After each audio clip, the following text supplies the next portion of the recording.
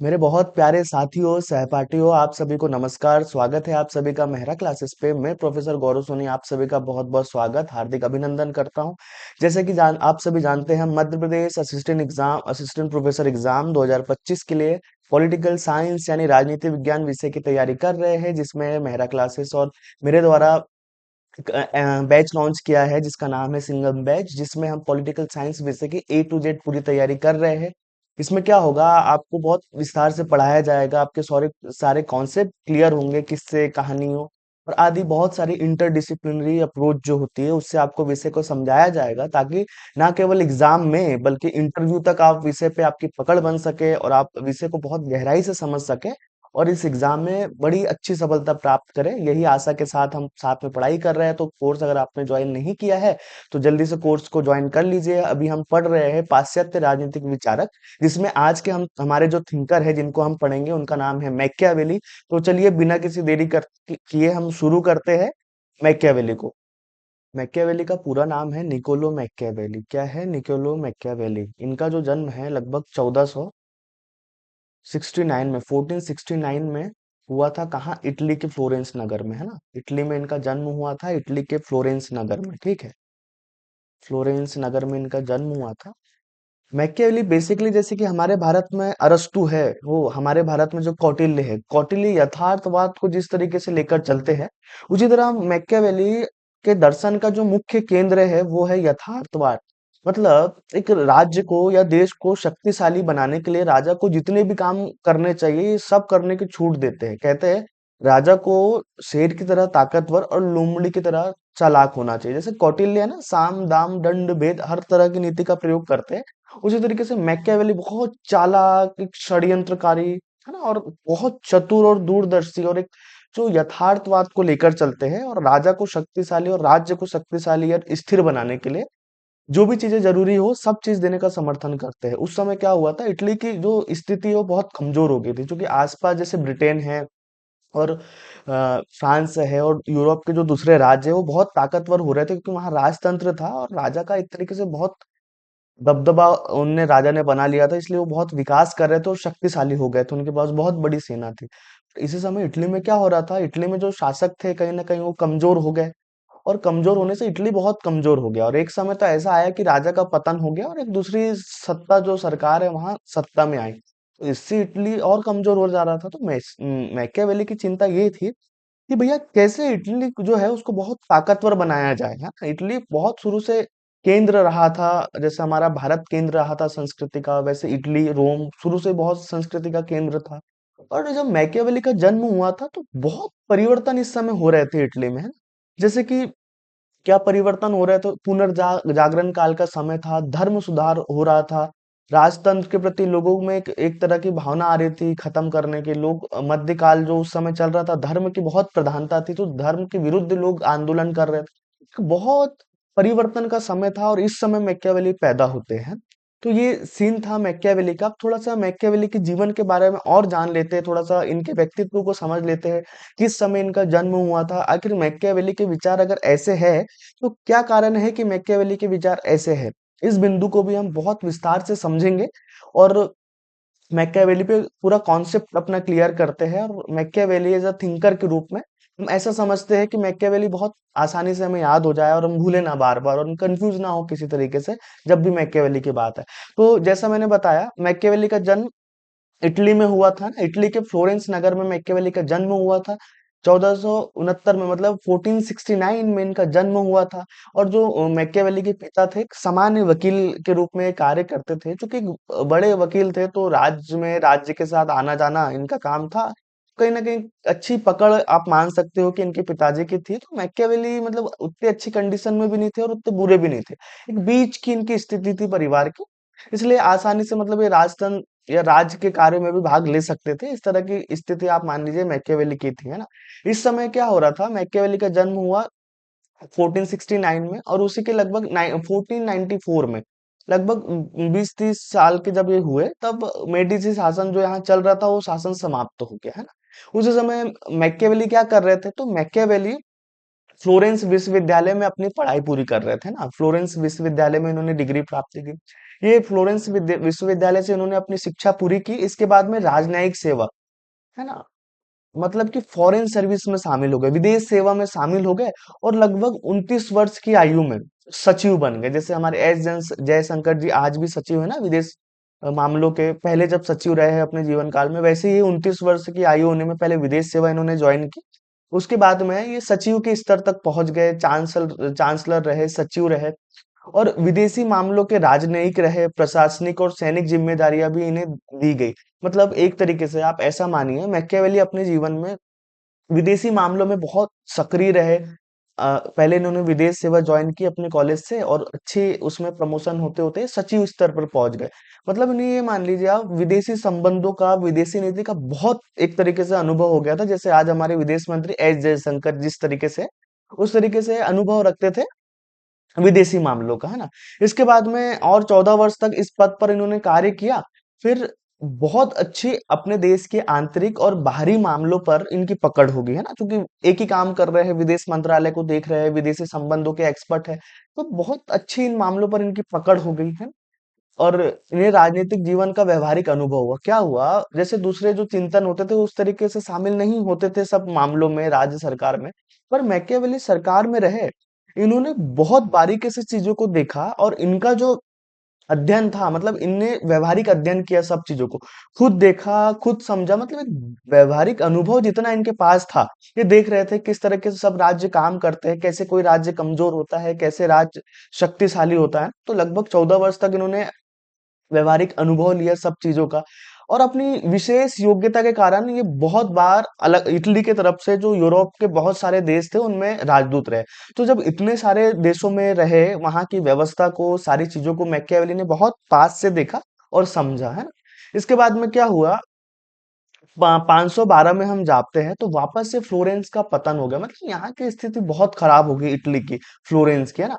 तो जब यहाँ पतन हो गया, चूंकि देखो ये सरकार में बड़े महत्वपूर्ण पद पर कार्य कर रहे थे, राजदूत थे, तो जब वहां उस सत्ता का पतन हुआ, जो दूसरी सरकार आई, तो उन्होंने सभी लोगों को बंदी बनाकर जेल में डाल दिया।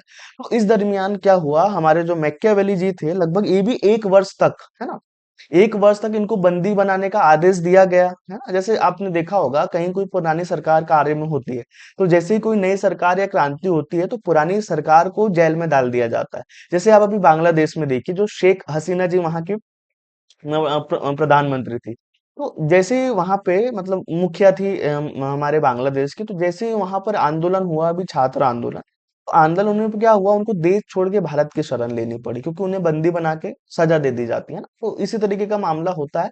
तो इनको बंदी बनाया गया, और बहुत कठोर यातनाएं उस समय दी गई, है ना। फिर जेल से 1 वर्ष के बाद ये छूट गए, है ना। फिर इन्होंने क्या किया, जो फ्लोरेंस विश्वविद्यालय जहां से इन्होंने पढ़ाई की थी, वहां पर इनको बहुत महत्वपूर्ण जिम्मेदारी दी गई, उसके घटनाक्रम को और पाठ्यक्रम को लिखने की, है ना, मतलब हिस्ट्री, एक तरीके से फ्लोरेंस का इतिहास लिखने की इनको जिम्मेदारी दी गई। तो इन्होंने बाद में उसे अपनी एक पुस्तक लिखी, बहुत महत्वपूर्ण इनकी पुस्तक है, जिसका नाम है फ्लोरेंस का इतिहास, हिस्ट्री ऑफ फ्लोरेंस। ये बुक इन्होंने कब लिखी, तो लगभग 1525 ईस्वी में इन्होंने ये बुक लिखी, है ना। कब लिखी, तो 1525 ईस्वी में ये बुक प्रकाशित हुई। ठीक है। हिस्ट्री ऑफ फ्लोरेंस में मैकियावेली ने मुख्यतः किस बात को बताया है, तो इसमें इन्होंने बताया है कि समाज में जो टकराव है, इसका कारण क्या है। तो जनता और जो शासकों में टकराव होता है, इसकी वजह से समाज में भी टकराव होता है। मुख्यतः ये निष्कर्ष इन्होंने निकाला अपनी बुक हिस्ट्री ऑफ फ्लोरेंस में। इसके बाद जो कार्ल मार्क्स है, उन्होंने इस बुक की बहुत प्रशंसा की।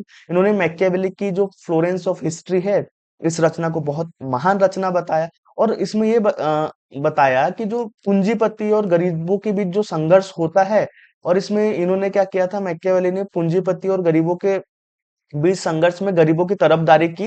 तो क्योंकि कार्ल मार्क्स जो थे मजदूरों के मसीहा थे, तो वो बड़े प्रसन्न हुए कि हाँ, मतलब बहुत इन्होंने तारीफ की इसी कारण से इस बुक की, कि बहुत अच्छा लिखा है मैकियावेली ने। इसके बाद मैकियावेली को इतिहास में कुशल राजनयिक, मतलब एक विदेशी राजदूत जो होना चाहिए ना, विदेशी जैसे विदेश से संबंध बनाने वाला जो व्यक्ति होना चाहिए, चतुर, चालाक, और अपने हित को कैसे कैसे कैसे ज्यादा से ज्यादा बढ़ा सके, जैसे कौटिल्य थे, सेम मैकियावेली ने वही काम किया है अपनी बुक द प्रिंस में। जैसे कौटिल्य के बारे में आप जानते हो किस तरीके से एक बहुत चतुर और दूरदर्शी व्यक्ति थे, है ना, और किस तरीके से उन्होंने अखंड भारत का निर्माण किया। उसी तरीके से इटली को शक्तिशाली बनाने के लिए मैकियावेली ने बुक लिखी और अपने शासक को सारी वही शक्तियां दी इन्हें।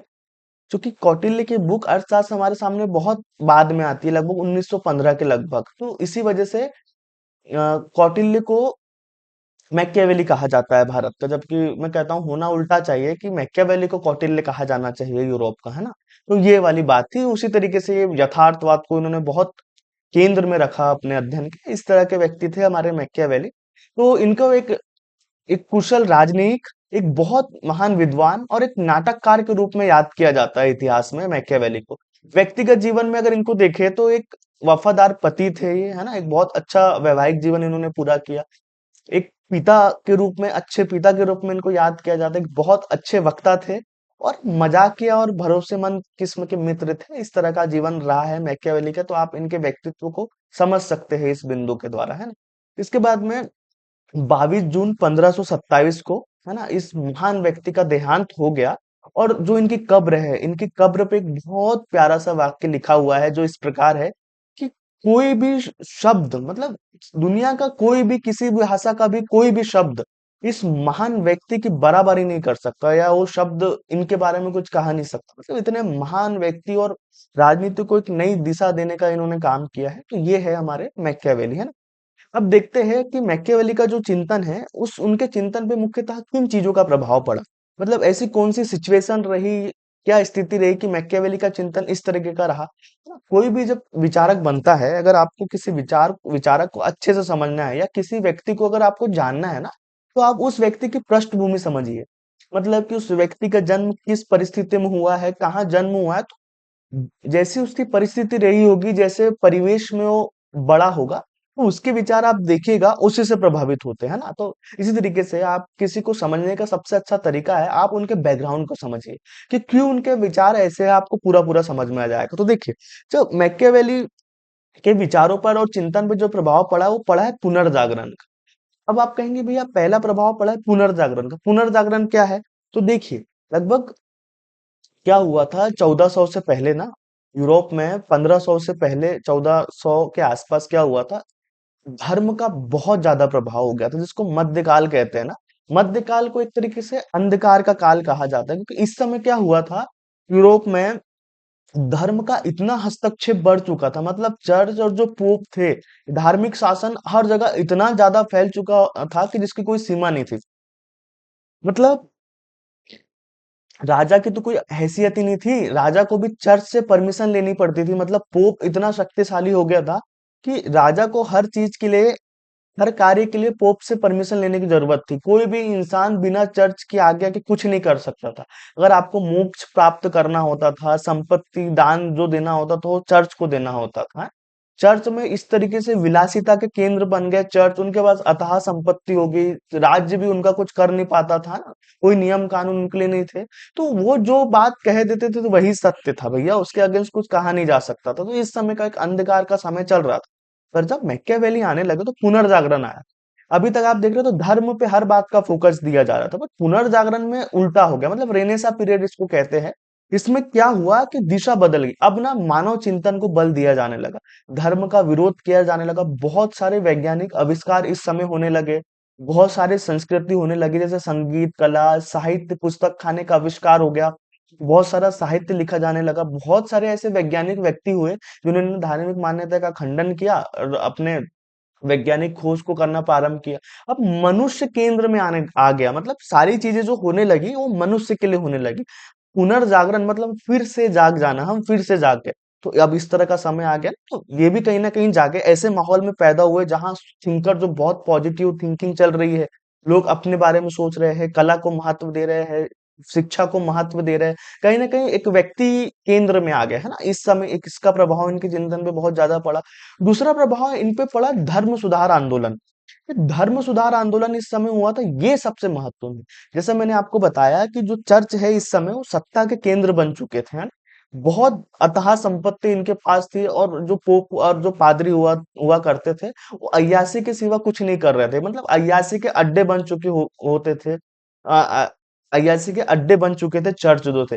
शराब के नशे में सब चूर रहते थे, सारी चीजें, सारे नियम कानून, मतलब जो धर्म के अगेंस्ट आप कुछ कह ही नहीं सकते थे। और पूरा शासन एक तरीके से धर्म का चल रहा था, राजा या जो सरकार उनके अधीन थी भैया। उन्हें परमिशन लेनी होती थी हर चीजों के लिए। तो इस समय क्या हुआ, एक मार्टिन लूथर नाम के व्यक्ति थे, धर्म सुधार में आपको थोड़ा सा समझा देता हूँ तभी आप आगे समझ पाएंगे। मार्टिन लूथर करके एक व्यक्ति हुए, वो धर्म से बहुत प्रभावित हुए भैया। उस समय धर्म का इतना बोलबाला था और लोग फॉलो भी करते थे ब्लाइंडली। उन्होंने कहा आप इतने पैसे चर्च में जमा कर दीजिए, हम आपको सर्टिफिकेट दे देंगे तो आपको मोक्ष मिल जाएगा।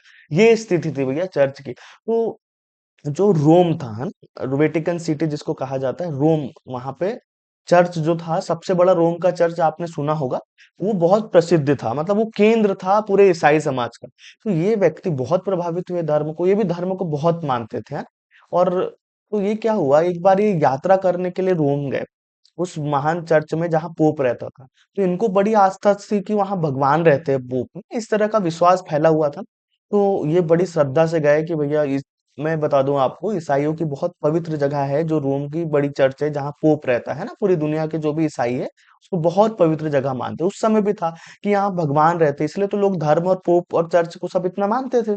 तो जब ये व्यक्ति है जिनका नाम है मार्टिन लूथर, है, क्या नाम है, मार्टिन लूथर। मार्टिन लूथर जी, है ना, 1400 के आसपास कुछ ही उस चर्च में दर्शन करने गए भगवान के। पर जब वहां इन्होंने देखा कि भैया ये बात करते हैं कि आप सब कुछ छोड़ दो, ईश्वर के शरण में आ जाओ और वैसे रहो, भक्ति से आपको मोक्ष मिल जाएगा। पर इन्होंने जब देखा कि चर्च में क्या हो रहा है, भैया जो पोप और जो बाकी लोग वगैरह है, फादर वगैरह वहां के, वो तो इस तरीके से विलासिता से रह रहे भैया। शराब है उनकी सेवा में, महिलाएं हैं वो किस तरीके से अय्याशी से डूबे हुए। और उनका बहुत बहुत मन खराब हुए, देखकर पगला गया कि भैया ये क्या हो रहा है। ये लोग किस तरीके से धर्म की व्याख्या अपने हिसाब से कर रहे हैं। जो बाइबिल है, बाइबिल का अनुवाद इन्होंने जो उस समय वहां की भाषा में किया था वो बिल्कुल अलग किया हुआ। ये व्यक्ति थोड़ा सा जर्मन भी जानते थे, तो इन्होंने पहली बार बाइबिल को खुद पढ़ा, फिर इन्होंने एक आंदोलन शुरू किया जिसको कहा जाता है धर्म सुधार आंदोलन। तो इसी आंदोलन के बदौलत जो ईसाई धर्म था, है ना, ईसाई धर्म, वो दो भागों में टूट गया। एक तो कैथोलिक जो पहले से चल रहा था, है, कैथोलिक धर्म। तो इसमें से टूटकर एक नई शाखा का जन्म हुआ जिसको कहा जाता है प्रोटेस्टेंट शाखा। इस तरह इस आंदोलन के परिणाम स्वरूप दो भागों में ईसाई धर्म बट गया, है ना, कैथोलिक जो पुरानी मान्यताओं पर आधारित है और दूसरा प्रोटेस्टेंट। इन्होंने कहा भैया ईश्वर को प्राप्त करने के लिए आपको चर्च या कहीं जाने की जरूरत नहीं है, आपके विवेक और तर्क बुद्धि से आप स्वयं खुद धर्म का अध्ययन कर सकते हैं और मोक्ष को प्राप्त कर सकते हैं। तो ये था धर्म आंदोलन। तो इस माहौल में पैदा हुए तो थोड़ा वैज्ञानिक सोच का इनमें विकास हुआ। इटली की हालत बहुत खराब हो गई थी, जैसा मैंने बताया, पतन हो गया था बहुत, एकदम पिछड़ा हुआ राज्य इटली हो गया था, जिससे मैकियावेली बहुत चिंतित थे। ये एक तरीके से इटली को बहुत शक्तिशाली बनाना चाहते थे, है ना।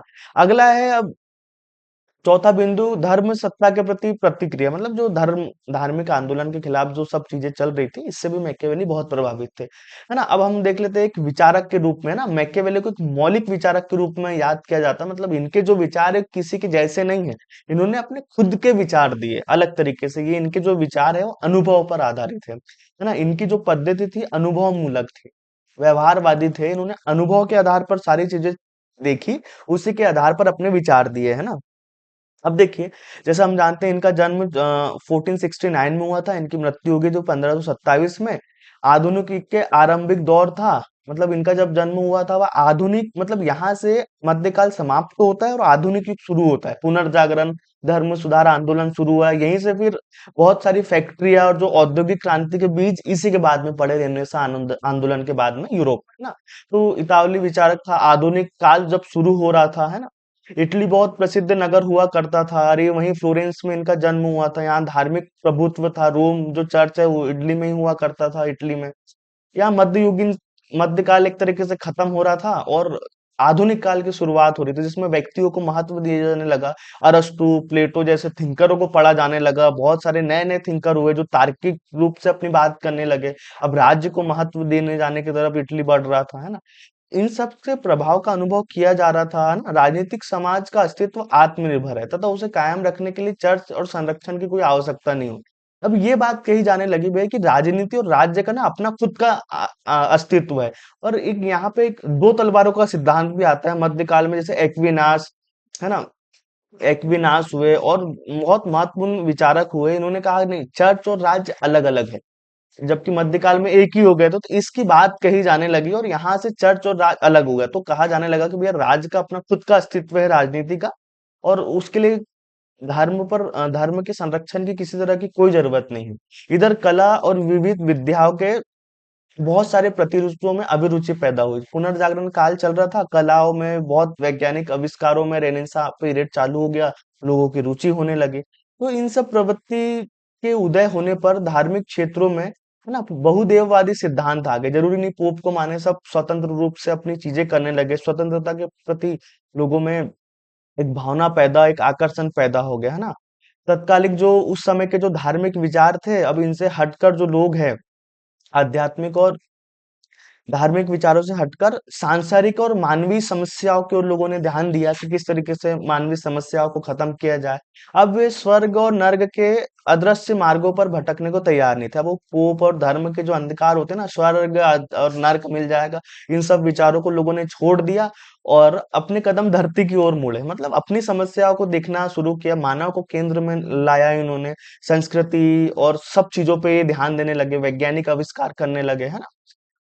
जैसे इंग्लैंड, फ्रांस और यहाँ पाश्चात्य राजनीति का उदय होने लगा, जैसे लॉक और ये सब लोग भी आने लगे और बहुत सारे अच्छे चिंतक हुए, है ना। तो ये समय इटली की सिचुएशन थी जब मैकियावेली का जन्म हुआ। जर्मनी में धर्मनिरपेक्ष राज्यों का उदय हो गया, है ना।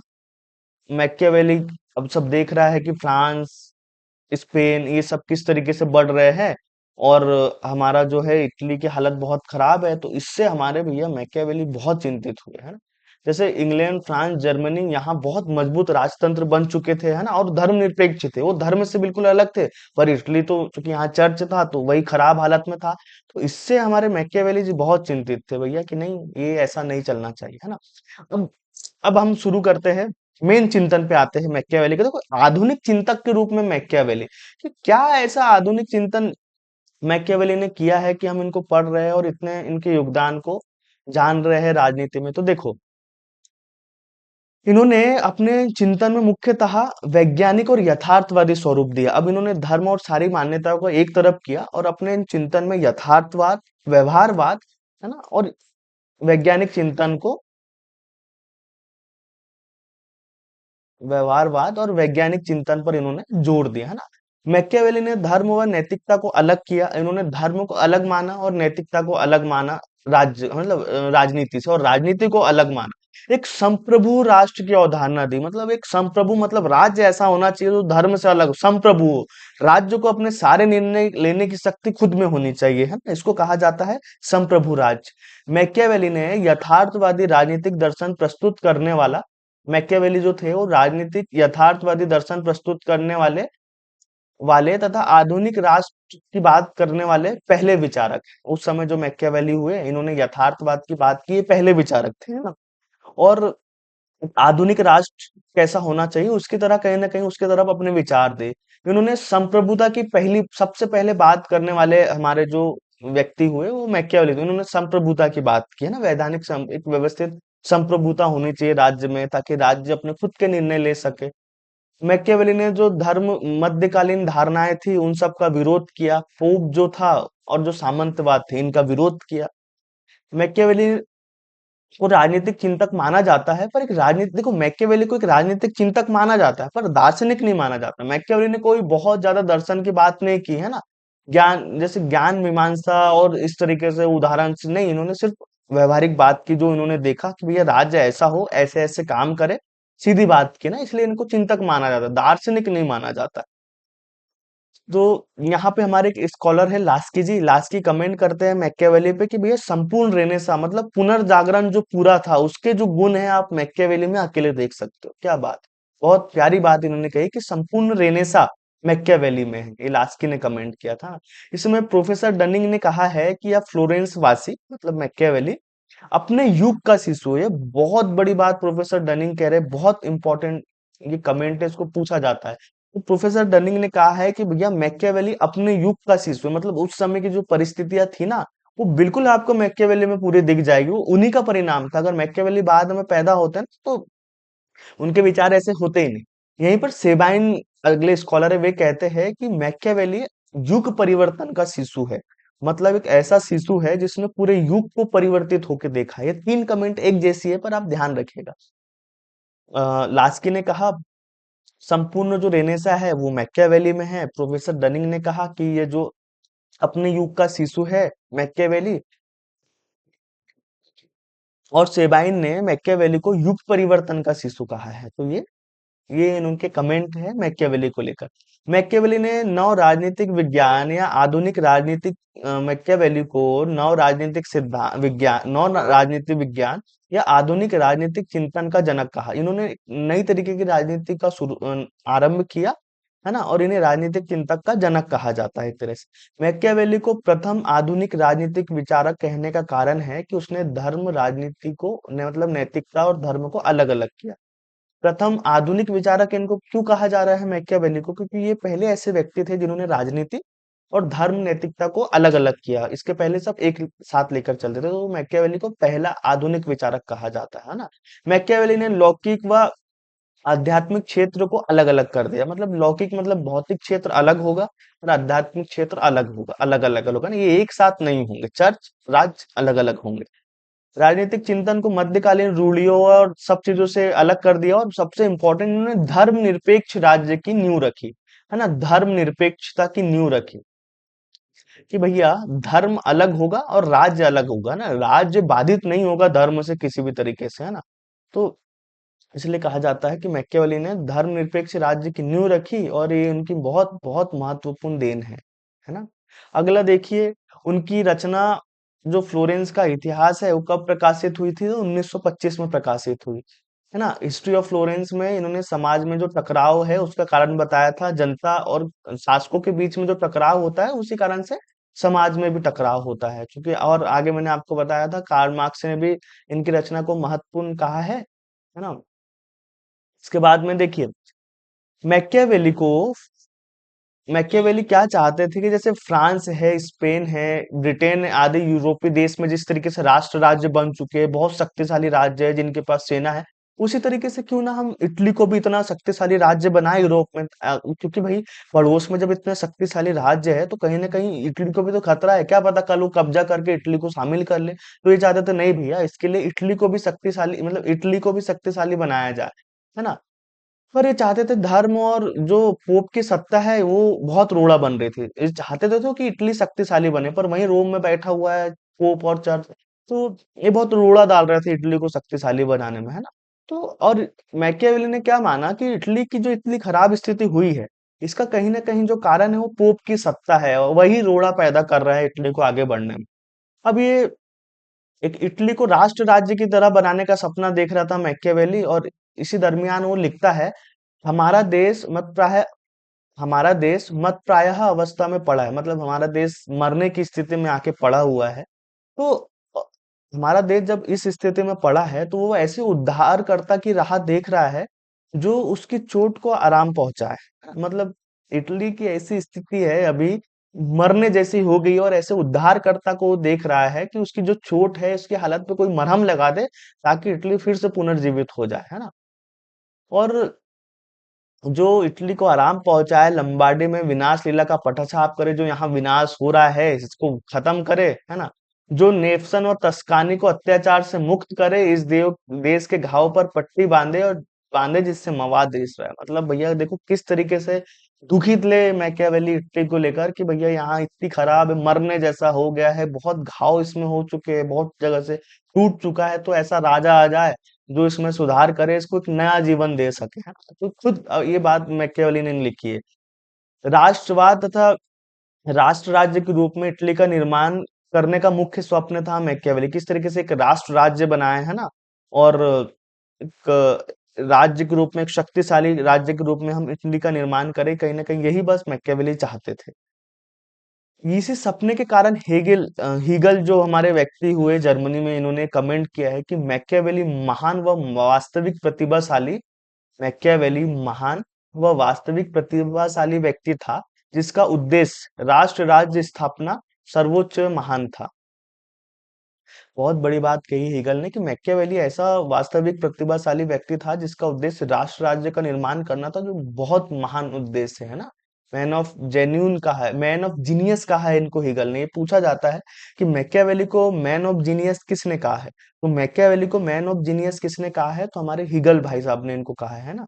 मैकियावेली पूरी तरीके से कौटिल्य की तरह थे, यथार्थवाद पर आधारित थे, जबकि कुछ वैज्ञानिकों ने या कुछ राजनीति शास्त्रियों ने तो ये कहा है कि कौटिल्य के सामने मैकियावेली का द प्रिंस और राजा बच्चे की तरह दिखता है। कौटिल्य से इनकी तुलना की जाती है, पर कौटिल्य बहुत ज्यादा एक तरीके से इनके पिता की तरह थे, है ना।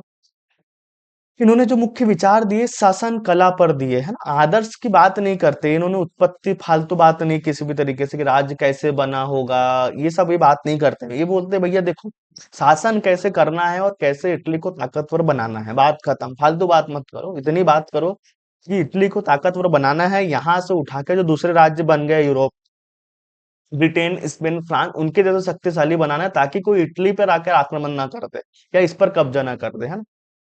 अगले थिंकर हुए गार्नर। इन्होंने कहा है मैकियावेली को लेकर कि स्टेट जो शब्द बना वो बना है स्टेटो से, हाँ। स्टेट शब्द का सबसे पहले प्रयोग किसने किया जाता था, ये भी पूछा जाता है, बहुत महत्वपूर्ण है ये, कि स्टेट शब्द का सबसे पहले प्रयोग किसने कहा किया था, तो वो किया था मैकियावेली ने, है ना।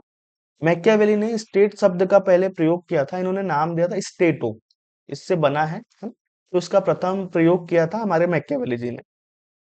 मैकियावेली यह मानता था कि साध्य ही साधनों का औचित्य सिद्ध करते हैं। मतलब क्या कि जो साध्य है उसका औचित्य साधन ही सिद्ध, जैसे हमको बनाना है इडली को बहुत शक्तिशाली, तो इसको कैसे बनेगा, जो जो साधन होंगे ना वो महत्वपूर्ण है, वो साध्य को महत्वपूर्ण बनाएंगे।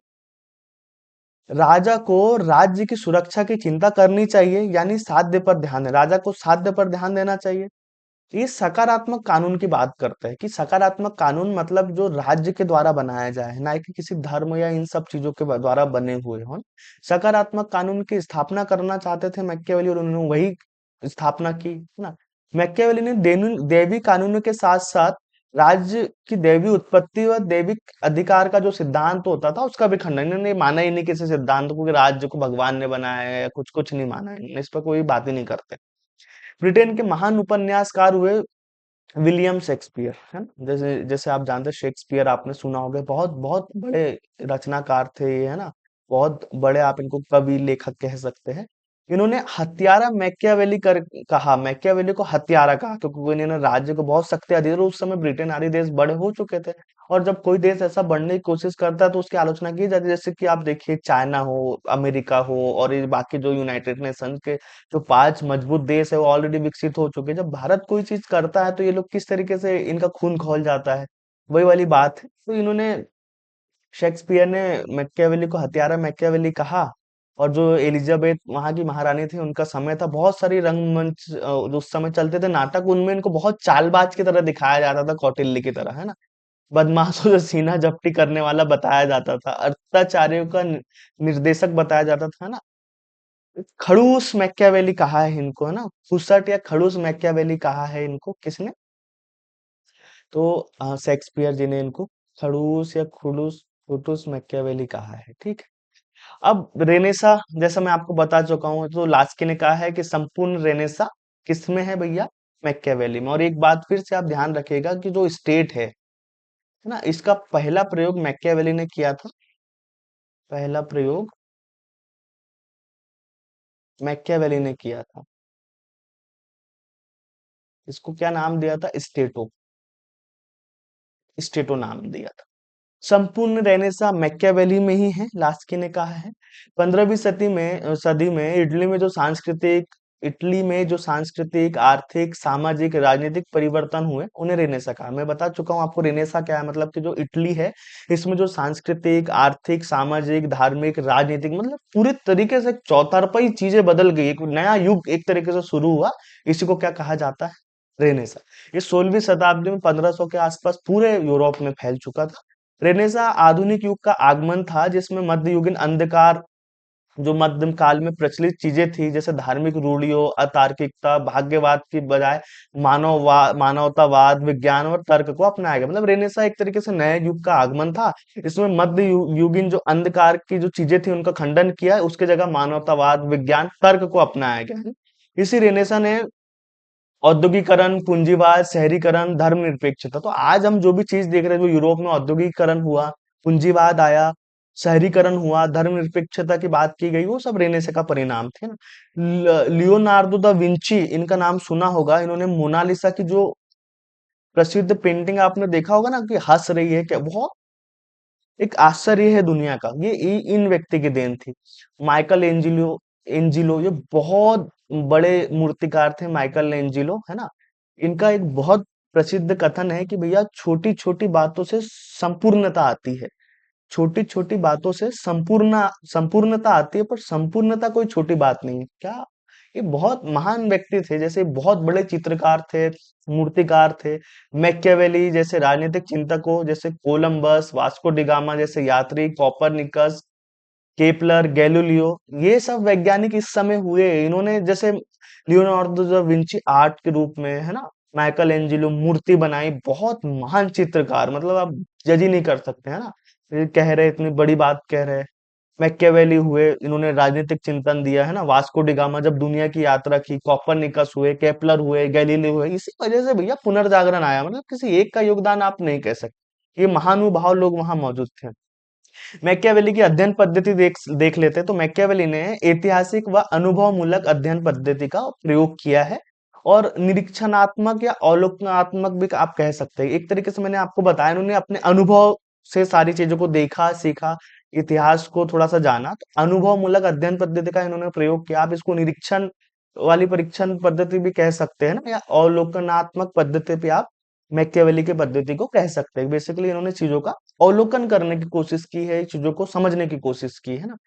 अरस्तु के बाद राजनीतिक गवेषणा के क्षेत्र में पद्धति को अपनाने वाला पहला व्यक्ति, अरस्तु ने जैसे अनुभव मूलक पद्धति को अपनाया था, उसके बाद में जो पहले व्यक्ति हुए वो कौन हुए, हमारे मैकियावेली जी। जैसा आप जानते हैं ना, अरस्तु ने 158 देशों के संविधान का अध्ययन किया था, तुलनात्मक अध्ययन किया था, फिर अनुभव मूलक पद्धति को अपनाया।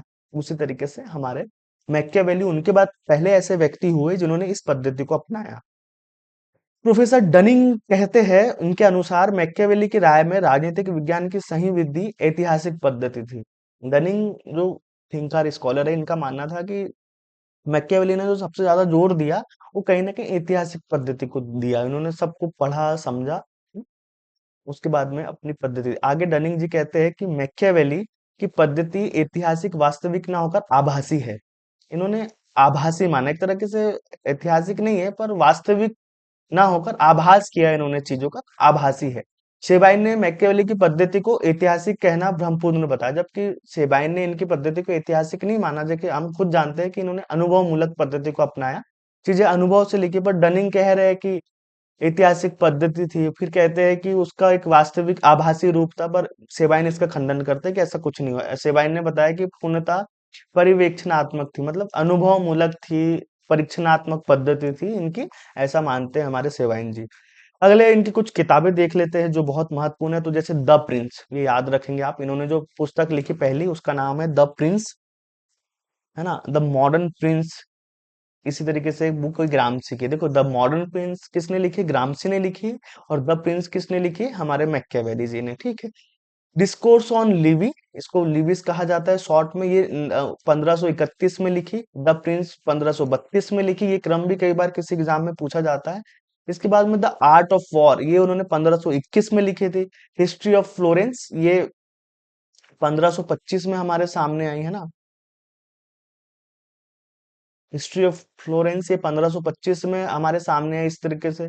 उसके बाद में बेल्फागोर नाटक, है ना, एक बेल्फागोर नाटक है, एक तरीके का फ्लोरेंस ऑफ हिस्ट्री, में ऐतिहासिक पद्धति को उन्हें समझाया है। मैकियावेली ने 1513 में द प्रिंस, लगभग 1516 में द डिस्कोर्स ऑन लिवी, लगभग 1521 में द आर्ट ऑफ वॉर लिखी। पर ये मृत्यु के बाद, जो ये किताबें तो पहले ही लिख ली थी इन्होंने, है ना, 1513, 16, 21 में, पर ये बाद में प्रकाशित हुई। तो जब प्रकाशित हुई, ये उनका क्रम है ना, तो आप ध्यान रखेगा, सबसे पहले जो हुई आर्ट ऑफ वॉर, उसके बाद में फ्लोरेंस ऑफ हिस्ट्री 1525 में, डिस्कोर्स डिस्कोर्सेस ऑन लिवी 1531 में, और द प्रिंस इनकी 1532 में प्रकाशित हुई है ना। और जीवन के अंतिम समय में फ्लोरेंस ऑफ हिस्ट्री को इन्होंने पूरा किया था। ये सारी किताबें इनके मरने के बाद ही प्रकाशित हुई, या हमारे प्रकाशित हुई और सामने आई। मतलब जीते जी इनको श्रेय नहीं मिला इन सब चीजों का, मरने के बाद इतने महान ये दार्शनिक हुए, ये हमारे सामने आया। और जो इनकी बुक है द प्रिंस और लिवी डिस्कोर्सेस ऑन, जो बुक आप देखते हो ना, जैसे जिसका नाम है जो डिस्कोर्सेज ऑन लिवी, ये बुक बुक जो है ये मुख्यतः राजनीतिक विचारों को लेकर है। इनकी द प्रिंस और लिवी ये राजनीतिक विचारों को लेकर है। प्रिंस में एक मजबूत और सशक्त है ना निरंकुश राजतंत्र का समर्थन किया है। द प्रिंस में किसका समर्थन किया है? मैकियावेली ने एक मजबूत निरंकुश और यथार्थवादी राजतंत्र का समर्थन किया, जबकि लिवी में गणराज्य की बात करते हैं ना। दो विचार आपको मैकियावेली में दिखेंगे, एक तरफ ये राजतंत्र की बात करते हैं कि राजा हो और उसका शासन हो, दूसरी तरफ एक गणतंत्र की भी बात करते हैं ना। तो लिवी में डिस्कोर्सेज ऑन लिवी में रिपब्लिक व्यवस्था का समर्थन करते हैं। एक पहले में हमारे द प्रिंस में एक व्यक्ति का शासन है, दूसरे में स्वतंत्र नागरिकों का शासन है, क्योंकि द लिवी में किसको बताया इन्होंने? गणतंत्र की बात की जाती है। द प्रिंस इनकी जो बुक है, इसमें इसमें इटली के पतन जो कैसा क्यों हुआ इसका गहराई से वर्णन किया है, और जहां व्यवस्था स्थापना के लिए निरंकुश राजतंत्र आवश्यक है, जैसे द प्रिंस उन्होंने बताया कि उसका पतन कैसे हुआ, और उसके पतन को दूर करने के लिए, उसको शक्तिशाली बनाने के लिए किसको? एक निरंकुश राजतंत्र की आवश्यकता है। जबकि वहीं लिवी को प्राचीन रोम की जो गौरव ऐतिहासिक पद्धति का भी इन्होंने प्रयोग किया, जो प्राचीन रोम में जैसा था वैसा गणतंत्र से प्रभावित किया है ना। इसलिए द लिवी में गणतंत्र के समर्थन की बात करते हैं। मैकियावेली रोमन साम्राज्य की स्वतंत्रता व स्वशासन को आदर्श मानता था। तो रोमन साम्राज्य पहले नगर राज्य वगैरह हुआ करते थे, जैसे प्लेटो और अरस्तु के समय, तो मैकियावेली कहीं ना कहीं उनको अच्छी व्यवस्था मानता था। पर ये किसको अच्छी व्यवस्था मानता था? द प्रिंस में मैकियावेली आदर्श शासक है ना। द प्रिंस में जिस मैकियावेली ने आदर्श शासक किसको माना है? सीजर बोर्जियो को, ये भी पूछा जाता है। सीजर बोर्जियो इनका आदर्श शासक कौन है? मैकियावेली का आदर्श शासक है मैकियावेली का सीजर बोर्जियो। ये पूछा गया है नेट के एग्जाम में। सीजर बोर्जियो इनका आदर्श शासक है ना। वहीं इन्होंने जो द बुक लिखी, द प्रिंस लिखी है, ये द प्रिंस इन्होंने उस समय के जो वर्तमान में राजा थे, जिन्हें मैकियावेली ने, मतलब जिस राजा ने मैकियावेली को संरक्षण दिया था, उनका नाम है लोरेंजो द मेडिची। ये द प्रिंस इनको समर्पित किए, ध्यान रखिएगा आप, है ना। द प्रिंस किसको समर्पित की है? तो लोरेंजो द मेडिची इनको द प्रिंस समर्पित की है। और जो इनका आदर्श राजा है वो कौन है? सीजर बोर्जियो, मैकियावेली का आदर्श राजा है, ठीक है। लोरेंजो ने उनकी आशंकाओं पर पानी फेर दिया, है ना। मैकियावेली का कुछ कुछ बना, इटली का एकीकरण हुआ। जो इन्होंने लॉरेंजो द मेडिची उस समय द प्रिंस लिखी और इनको दी कि भैया आप ऐसा करो, पर ऐसा हो नहीं पाया, है ना। मैकियावेली बनाना कुछ चाहता था, पर इटली बना कुछ, एकीकरण हुआ ना, एकीकरण हुआ इटली का, और ना उस तरीके से बन पाया, मतलब एक तरीके से सक्सेस नहीं हो पाए। पर कौटिल्य आप देखिए, कौटिल्य बिल्कुल सक्सेस हुए। द प्रिंस इटली भाषा में इसका शीर्षक था इल प्रिंसिप, है। ये याद रखिएगा, इल प्रिंसिप। इसका शीर्षक किस भाषा में था? इटली भाषा में ना। इसमें सब 26 अध्याय है, 3 भागों में इस बुक को बांटा गया है। पहले भाग राजतंत्र है, दूसरे भाग में किराए के सेना की बात की गई है ना, और तीसरे भाग में राजदर्शन है। तीसरे भाग में राजदर्शन की बात की गई है इसमें, ठीक है। राजदर्शन की व्याख्याकार द प्रिंस, है ना। राजदर्शन की बात की गई है तीसरे उसमें। प्रसिद्ध कृति को इसलिए आधुनिक कहा जाता है क्योंकि इसके निष्कर्षों की पुष्टि इतिहास और समकालीन संदर्भों में की गई। इसको इसलिए महान बुक कहा जाता है क्योंकि बहुत सोच समझकर इतिहासों का अध्ययन करके किताब लिखी गई थी, और कहीं ना कहीं एक बहुत यथार्थवाद पर आधारित एक किताब थी, इसके लिए इसको आधुनिक कृति कहा जा रहा है। इसमें निरंकुश राजा का इन्होंने समर्थन किया था, द प्रिंस उसको नाम दिया। इनका जो शासक था वो लोरेंजो द मेडिसी को इन्होंने समर्पित की थी द प्रिंस, है ना। और आदर्श शासक था इनका सीजर बोर्जियो, है ना। ये कुल मिलाकर थी आपकी द प्रिंस, इसको हमने समझा, है ना। अब आगे चलते हैं और हम देखते हैं, है ना। द प्रिंस में इन्होंने राज्य की एकता पर जोर दिया, है ना? वहीं द डिस्कोर्सेस ऑन लिवी में किसकी बात करते हैं? आजादी व गणतंत्र पर जोर देते हैं। ये ध्यान रखिएगा आप। अब शासन प्रणालियों का वर्गीकरण, अगला जो बिंदु है मैकियावेली का, वो है इन्होंने किस तरीके से शासन प्रणाली का वर्गीकरण किया है ना? वर्गीकरण का आधार क्या है, किस तरीके से इन्होंने अलग अलग शासन प्रणाली को बताया, तो लोगों का चरित्र और सद्गुणी लोगों के लिए गणतंत्र बुरे, मतलब इन्होंने लोगों के चरित्र के आधार पर शासन प्रणाली का वर्गीकरण किया है। सद्गुणी इन्होंने बताया कि जो बहुत आदर्श सद्गुणी अच्छे गुण वाले लोग होंगे वो गणतंत्र में हो सकते हैं। गणतंत्र किसके लिए होगा? जो द लिवी में गणतंत्र की बात करते हैं, वो उन लोगों के लिए होगा जो बहुत सद्गुणी है। और बुरे लोगों के लिए राजतंत्र उपयोग है, मतलब द प्रिंस किसके लिए? बुरे लोगों के लिए, है ना? तो देखिए, गणतंत्र जो शासन व्यवस्था है ये आदर्श रूप है, और जो राजतंत्र है द प्रिंस में है ना, ये किसमें है? द प्रिंस में है ये। और ये गणतंत्र वाली जो व्यवस्था ये किसमें है? ये है the discourses on Levi, the discourses on Levi, है ना? ये इसमें है, ठीक है, discourses on Levi.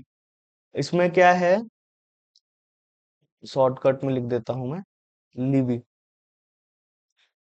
Discourses on Levi. एक इसमें गणतंत्र की बात करते हैं ना, तो गणतंत्र ये आदर्श रूप है ना? और ये व्यवहारिक रूप है जो राजतंत्र है हमारा द प्रिंस में, है ना, जिसकी बात करते हैं मैकियावेली। गणतंत्र में भैया कौन पाए जाएंगे? तो सद्गुणी और सदाचारी लोगों के लिए ही उपयुक्त है गणतंत्र, है ना? जबकि भ्रष्ट और लोभियों के लिए कौन सी शासन व्यवस्था अच्छी है? उनके लिए राजतंत्र अच्छी है।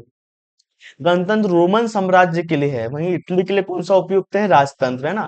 इसका वर्णन डिस्कोर्सेज ऑन लिवीज में किया है ना? और इसका वर्णन किया है द प्रिंस में। लिवी में नागरिक मांगों व अधिकारों का वर्णन है, जबकि द प्रिंस में राजा के गुणों, कर्तव्यों और शासन कला का वर्णन है। बहुत विस्तार से और अच्छे से हमने इन दोनों बुकों को समझने की कोशिश की है, और इनके बीच में क्या अंतर है उसको भी हमने यहाँ पर जाना है। तो हम आगे बढ़ते हैं, अब समझते हैं कि मैकियावेली ने सरकारों के क्या प्रकार बताए, है ना? Types of governments according to Machiavelli, Machiavelli के अनुसार किस तरीके की सरकार होती है और सरकारों के क्या प्रकार होते हैं, चलो उसको देख लेते हैं। तो भैया मैकियावेली ने शासन तंत्रों के अलावा सरकार का वर्गीकरण इस उद्देश्य से किया है कि आदर्श शासन व्यवस्था को कायम रखा जाए, मतलब मैकियावेली ने इसलिए सरकारों का और शासन तंत्रों का वर्गीकरण किया है कि आदर्श शासन को कायम रखा जाए। उसने अपने ग्रंथ द डिस्कोर्सेस ऑन लिविंग में सरकार का वर्गीकरण किया है ना। तो अरस्तु का अनुसरण करते हुए उसने सरकार का शुद्ध एवं अशुद्ध रूप मानकर 6 भागों में इनका विभाजन किया। जैसे अरस्तु ने सरकार का 6 भागों में विभाजन किया था, जिसमें 3 शुद्ध रूप थे और अशुद्ध रूप थे, टोटल 6 भाग बताए थे। उसी तरीके से मैकियावेली भी सरकार का विभाजन करते हैं और उनके 6 भाग बताते हैं। तो देखो, पहले हम उनके सामान्य रूप देखते हैं, फिर हम देखेंगे विकृत रूप। तो देखो, राजतंत्र एकदम सामान्य रूप है ना? राजतंत्र मतलब एक व्यक्ति का शासन होता है जिसमें राजा शासन करता है ना? इसको कहता जाता है मोनार्की। पर जब राजा एकदम निरंकुश हो जाता है हिटलर की तरफ, मनमानी करने लगे, प्रजा को ही प्रदान परेशान करने लगे और निरंकुश हो जाए, जिसको कहा जाता है टिरेनी, है ना? टिरेनी मतलब कि निरंकुश तंत्र, ये खराब रूप है राजतंत्र का ना। तो ये दो शासन प्रणाली। अगली अच्छी शासन प्रणाली कुलीन तंत्र, जिसको एरिस्टोक्रेसी कहते हैं। पर कुलीन तंत्र मतलब कुछ अच्छे कुल के कुछ लोग शासन करते, कुछ अच्छे परिवार का शासन चलता है। पर जब इसमें कमी आ जाती है तो एक वही वर्ग, मतलब वो बन जाता है ओलिगैर्की वर्ग, मतलब एक ही वर्ग शासन करता है, एक ही कुल, तो वो भी मनमानी करने लगता है। तो उस खराब और भ्रष्ट रूप कौन सा है? वर्ग तंत्र हो जाता है। फिर आता है गणतंत्र। गणतंत्र मतलब वही चुने हुए, कुछ अलग अलग, कुछ नहीं, चुने हुए लोगों का शासन, जिनको जनता अपनी तरफ से चुनती है। बहुत सारे लोग इसमें शासन करते हैं, अलग अलग क्षेत्रों का सभी लोग प्रतिनिधित्व करते हैं। पर जब इसमें कमी, एक तरीके से भीड़ का शासन हो जाता है। जैसे अभी आप देखिए, लोकतंत्र हमारे यहाँ गणतंत्र है, ऐसा माना जाता है कि ये लोगों का शासन है। पर आप देख रहे हो चुनाव में किस तरीके की धांधली होती है, किस तरीके से पैसे बांटे जाते हैं, किस किस्म का भ्रष्टाचार होता है, पैसे वाले लोगों का किस तरीके से बोलबाला है। तो क्या सच में हमारी बात सुनते हैं चुनाव के समय भैया दादा? उसके बाद में जब संसद में पहुंच गए, भैया आप कौन? आप मिल नहीं सकते हमारे यहाँ सांसदों से। आप देखते हो कि भीड़ है वहां पर, और सभी अपना अपना लाभ ले रहे हैं, नेताजी के नाम पे टेंडर मिल रहे हैं, बढ़िया सा उनका जीवन चल रहा है, एक बार चुनाव लड़कर उनकी पेंशन और सब चीजों से जिंदगी होगी सेट। तो इस तरीके से भीड़ता, जिसको कहा जाता है डेमोक्रेसी, खराब रूप बताया है, ये चल रहा है। डनिंग, प्रोफेसर डनिंग हुए, वो कहते हैं अरस्तु की भांति मैकियावेली का जो झुकाव है गणतंत्र व्यवस्था की ओर है, और इस संबंध में उसके विचार यूनानियों से मिलते हैं। मतलब कि डनिंग कहते हैं कि जैसे अरस्तु ने गणतंत्र को महत्व दिया है ना, उसी तरीके से मैकियावेली के कहीं ना कहीं झुकाव गणतंत्र व्यवस्था की ओर ज्यादा मिलते हैं ना, यूनानियों और वही रोमन व्यवस्था से हमारे मैकियावेली जी प्रभावित थे। अब देखते हैं, राजतंत्र व गणतंत्र का समर्थक मैकियावेली कुलीन तंत्र का कट्टर विरोधी था। ये राजतंत्र और गणतंत्र का तो समर्थक थे हमारे मैकियावेली, पर ये जो थे ना कुलीन तंत्र के बहुत कट्टर विरोधी थे, क्योंकि वह कुलीन तंत्र को राजतंत्र और मध्यम वर्ग का विरोधी मानता, क्योंकि इनका मानना था कि जो कुलीन लोग हैं कहीं ना कहीं वो राजतंत्र के भी विरोधी है। इसलिए मैकियावेली ने गणतंत्र राजतंत्र व गणतंत्र का विरोधी किसको माना? ये राजतंत्र व गणतंत्र का समर्थक था मैकियावेली, और कुलीन तंत्र का कट्टर विरोधी था, क्योंकि कुलीन तंत्र ऑलरेडी इनके पास बहुत धन संपदा होती है, कहीं ना कहीं पकड़ होती है, तो ये लोग राजतंत्र को उस तरीके से संचालित नहीं होने देते, इसलिए मैकियावेली इनका विरोध करता था। सेबाइन, प्रोफेसर सेबाइन कहते हैं कि मैकियावेली ने गणतंत्र का जहां संभव हो और राजतंत्र का जहां आवश्यक हो समर्थन किया है, किंतु कुलीन तंत्र के संबंध में उसकी राय विपरीत है। सेबाइन ये कह रहे हैं कि हमारे जो मैकियावेली है, जहां तक संभव हो वो गणतंत्र का समर्थन करते और जितना आवश्यक हो उतना राजतंत्र का समर्थन करते, किंतु कुलीन तंत्र के राय में उनकी राय बहुत खराब है, और क्या राय है मैं आपको बता चुका हूँ। तो ये थे मैकियावेली के विचार, किसको लेकर? सरकारों को लेकर, और सरकारों के क्या क्या प्रकार होने चाहिए उनको लेकर ये मैकियावेली के विचार थे। अब हम देखते हैं कि मैकियावेली के राज्य को लेकर क्या विचार थे, मतलब मैकियावेली के राज्य संबंधी विचार। तो मैकियावेलीज स्टेट रिलेटेड थॉट्स, हम अब देखते हैं कि मैकियावेली के राज्य को लेकर क्या विचार थे। तो भैया मैकियावेली अपने राज्य को, आदर्श राज्य को क्या कहता है? कॉमनवेल्थ, ये भी पूछा जाता है, तो ध्यान रखिएगा। मैकियावेली अपने आदर्श राज्य को क्या कहता है? कॉमनवेल्थ कहता है ना।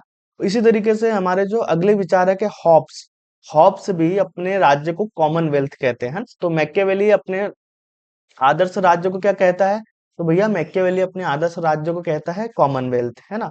मैकियावेली ने सबसे पहले राज्य की आधुनिक अवधारणा का प्रयोग किया, ये हम जान चुके हैं, अभी तक तो समझ ही चुके हैं कि मैकियावेली वो व्यक्ति थे जिन्होंने आधुनिक राज्य की नींव रखी, और इन्हें ही आधुनिक राज्य का जनक कहा जाता है, आधुनिक युग का शिशु कहा जाता है, प्रोफेसर डनिंग ने कहा है ना। तो मैकियावेली ने सबसे पहले आधुनिक राज्य का प्रयोग किया, जिसमें राज्य का अर्थ है एक तरह का गैर व्यक्तिक शासन, जिसके पास बाध्यकारी शक्ति का एक विशेष क्षेत्र में अधिकार होगा। तो मैकियावेली ने सबसे पहले आधुनिक राज्य शब्द का प्रयोग किया, तो इसका मतलब क्या हुआ? राज्य का अर्थ है एक तरह से गैर व्यक्तिक शासन, है ना? मतलब एक तरीके से वो व्यक्ति का शासन नहीं होगा जो इनका आदर्श राजा होगा, तो उसके पास ऐसी बहुत सारी शक्तियां होगी और विशेष अधिकार उसको दिए जाएंगे, ये व्यक्ति का शासन नहीं है, है ना। उन्होंने राजा को एक व्यक्ति नहीं माना, एक संस्था के रूप में वो देखते हैं। वो कहीं ना कहीं गणतंत्र की बात करते हैं, तो वहां व्यक्तियों का शासन नहीं होगा, मतलब जो पद पे बैठे लोगों का शासन होगा, है ना। तो राज्य पर ऐसे लोगों का शासन होगा, मतलब आप मोटा मोटा ऐसा समझिए। मैकियावेली ने जो राज्य की अपनी अवधारणा दी, उसमें राज्य का अर्थ क्या है? वेबिरियन अर्थ है एक तरह का, कि एक गैर व्यक्ति का शासन है, मतलब एक व्यक्ति को संस्था माना और उसके पास विशेष शक्ति और अधिकार हो, है ना। मैकियावेली राज्य सभी व्यक्ति व संस्थाओं से श्रेष्ठ है। मैकियावेली क्या कहते हैं कि जो राज्य है वो सभी संस्थाओं, है ना, जो सभी संस्था और सभी व्यक्ति से श्रेष्ठ है।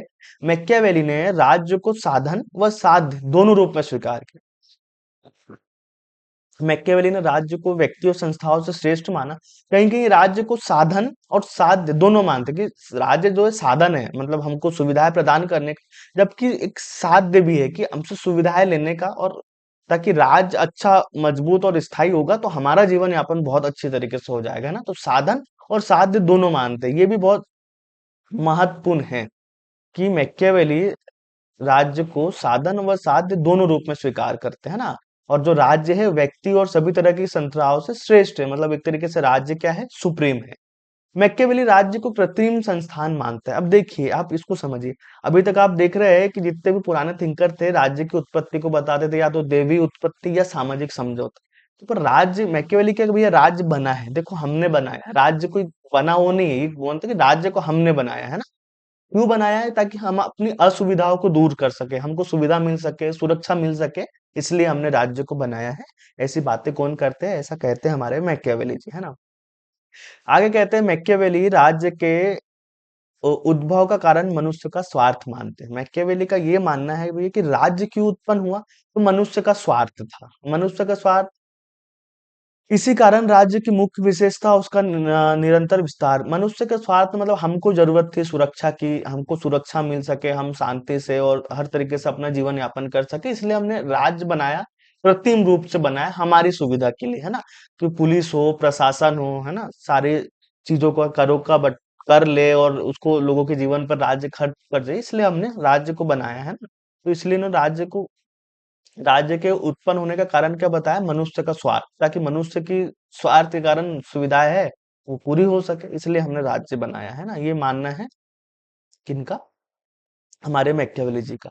अरस्तु की भांति मैकियावेली भी राज्य को सभी संस्थाओं से उच्चतर स्थान प्रदान करे। जैसे अरस्तु भी राज्य को बहुत महत्वपूर्ण मानते हैं, उसी तरीके से हमारे मैकियावेली भी मानते हैं। समस्त संस्थान राज्य के प्रति उत्तरदायी है, मतलब जितनी भी चीजें होगी राज्य में वो सभी राज्य के प्रति उत्तरदायी होगी। जबकि राज्य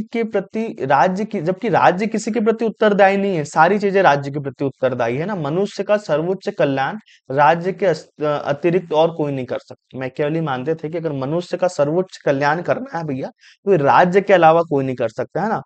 व्यक्ति का कर्तव्य है कि वह राज्य के हितों के सामने अपने हितों की चिंता ना करे। जब ऐसी अगर स्थिति आए कि राज्य के लिए कोई काम करना बहुत महत्वपूर्ण है, तो मैकियावेली कहते हैं कि व्यक्ति को राज्य के हित के सामने अपने हित नहीं देखना चाहिए, क्योंकि पर्टिकुलरली जो साध्य है, हम सारी चीजें राज्य के लिए कर रहे हैं ना। राज्य रहेगा तो हम रहेंगे, और राज्य ही नहीं है तो भैया वही मत्स्य न्याय से आ जाएगा, जैसे इटली की हालत जो इतनी कमजोर हो गई है ना। मैकियावेली आगे कहते हैं कि जो स्वतंत्रता है, स्वतंत्र सहमति राज्य की आधारशिला है। कि जो स्वतंत्र रूप से जो सहमति है आपस में, यही राज्य की आधारशिला है।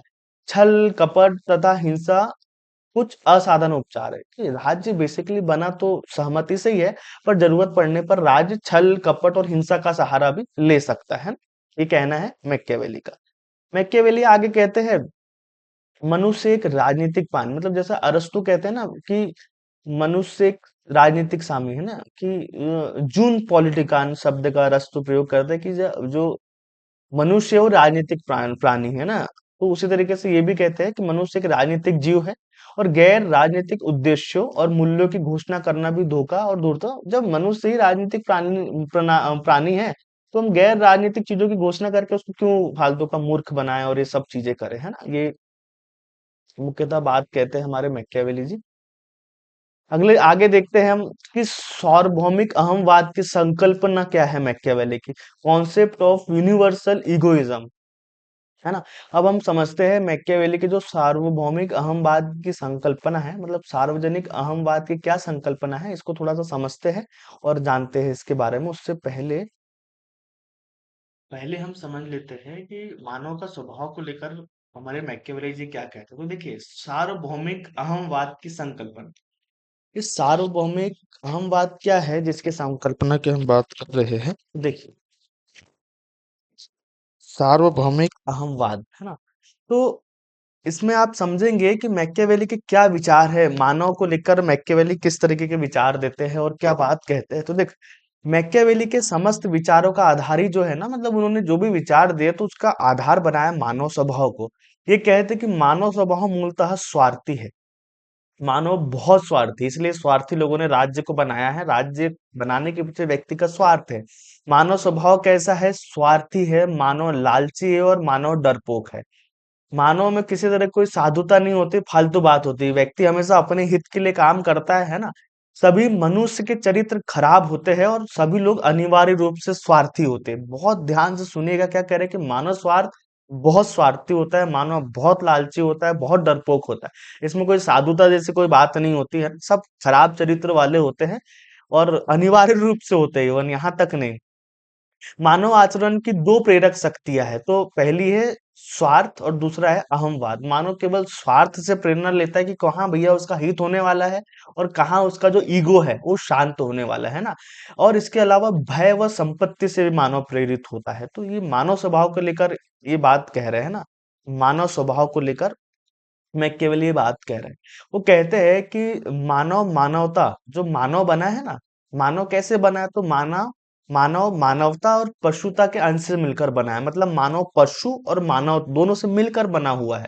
इसका मूल उद्देश्य क्या है? मानव का मूल उद्देश्य ही क्या है? मानव जीवन का संपत्ति अर्जित करना। यानी कि वह लालची होता है, संपत्ति अर्जित करता है, और संपत्ति को बचाने के लिए, उसकी सुरक्षा करने के लिए शक्ति अर्जित करना चाहता है। ये मुख्यतः मानव का स्वभाव है। मैकियावेली इसलिए आगे कहता है कि व्यक्ति, ध्यान दीजिएगा क्या कह रहे हैं, व्यक्ति अपने पिता की मृत्यु को भूल सकता है, पर अपने पिता की संपत्ति का विनाश नहीं भूल सकता। यानी कि बोलते ना, आप भले उसके पिता की हत्या कर दो, तो अपने पिता की हत्या को वो भूल सकता है, पर अगर आपने उसकी संपत्ति छीनी है तो नहीं भूल सकता आपको, है ना। तो मैकियावेली ये कहते हैं, मतलब एक जैसे बोलते हैं ना, एक बड़ा एक मूवी का डायलॉग है, तेरे बाप का, भाई का, दादा का, सबका बदला लेगा रे तेरा फैजल। तो मैकियावेली इसको इस तरीके से कहेंगे, नहीं भैया, बाप का, दादा का, भाई का, इनका बदला नहीं लेंगे, पर बाप दादा इनकी संपत्ति अगर तुमने हमसे ली है तो बदला क्या लेंगे, संपत्ति छीन लेंगे। समझिए, ये है। मतलब ज्यादा से ज्यादा मानव संपत्ति अर्जित करना चाहता है और उसकी सुरक्षा के लिए शक्ति प्राप्त करना चाहता है, बस स्वार्थ के लिए काम करता है और कुछ नहीं है, है ना।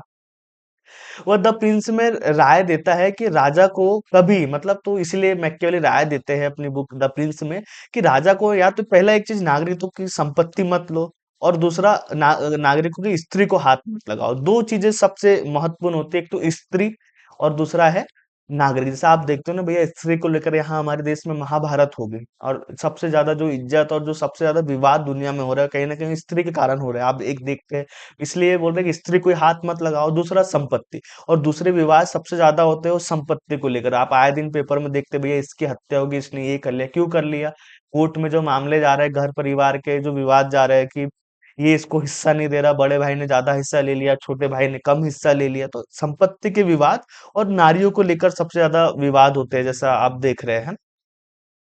तो इसलिए मैकियावेली कहते हैं कि नागरिकों की संपत्ति को मत छीने राजा, और दूसरा स्त्री को हाथ। जैसे अब अभी हम निर्मला ताई को लेकर जोक बन रहे हैं कि सब तो वही ले लेती है, हमें हमारे पास क्या रहने देती है ना? हर चीज पर टैक्स लगा दिया, तो ज्यादा भी टैक्स मत लगाओ, ये चीजें मत लो नागरिकों से, है ना। एक सीमा में होना चाहिए सब चीजें।